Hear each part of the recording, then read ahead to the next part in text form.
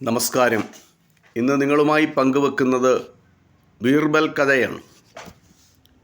അക്ബർ മഹാരാജാവിൻ്റെ കൊട്ടാരത്തിലെ പണ്ഡിതരിൽ ഒന്നാമനാണ് ബീർബൽ.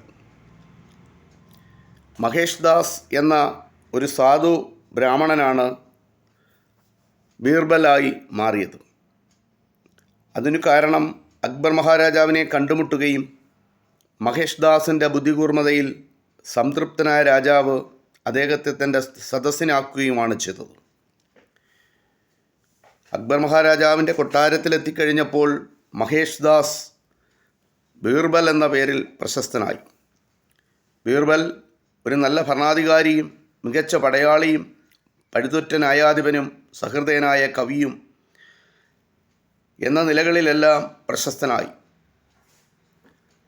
അക്ബർ ചക്രവർത്തിയുടെ സദസ്സിലെ നവരത്നങ്ങളിൽ ഒരാളായി ഉയർന്നു. അക്ബർ മഹാരാജാവിനെ ഉപദേശിക്കുവാനും സഹായിക്കുവാനും വിമർശിക്കുവാനും തിരുത്തുവാനുമൊക്കെ ബീർബലിന് പൂർണ്ണ സ്വാതന്ത്ര്യം കൊട്ടാരത്തിൽ ലഭിച്ചു. കഥ ഇതാണ്. ഒരിക്കൽ അക്ബർ ചക്രവർത്തിയുടെ കൊട്ടാരത്തിൽ ഒരു പണ്ഡിതനെത്തി.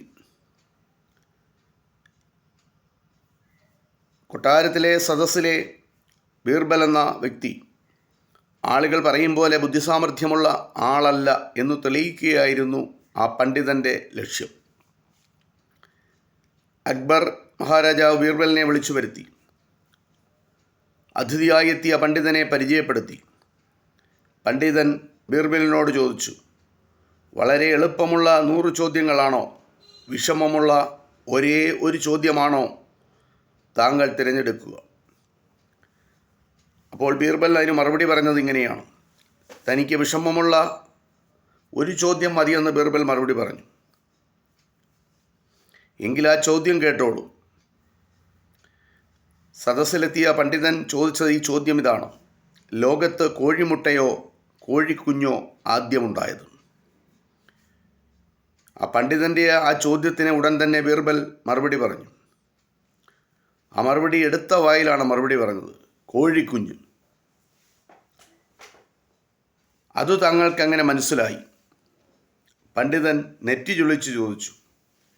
അപ്പോൾ ബീർബൽ പറഞ്ഞു, ക്ഷമിക്കണം, അതിനു മറുപടി പറയേണ്ടത് എൻ്റെ കടമയല്ല. വ്യവസ്ഥയനുസരിച്ച് ഞാൻ താങ്കളുടെ വിഷമമേറിയ ഒരു ചോദ്യത്തിന് ഇതിനകം ഉത്തരം നൽകിക്കഴിഞ്ഞു. അത് കേട്ടപ്പോൾ പണ്ഡിതന് ഉത്തരം മുട്ടി. ബീർബലിൻ്റെ സാമർഥ്യം അംഗീകരിച്ച് ആ പണ്ഡിതൻ കൊട്ടാരത്തിൽ നിന്ന് തിരിച്ചു പോവുകയും ചെയ്തു.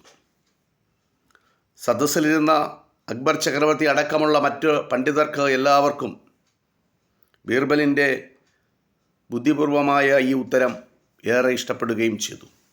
ഈ കഥ ഇത്രമാത്രം. നന്ദി, നമസ്കാരം.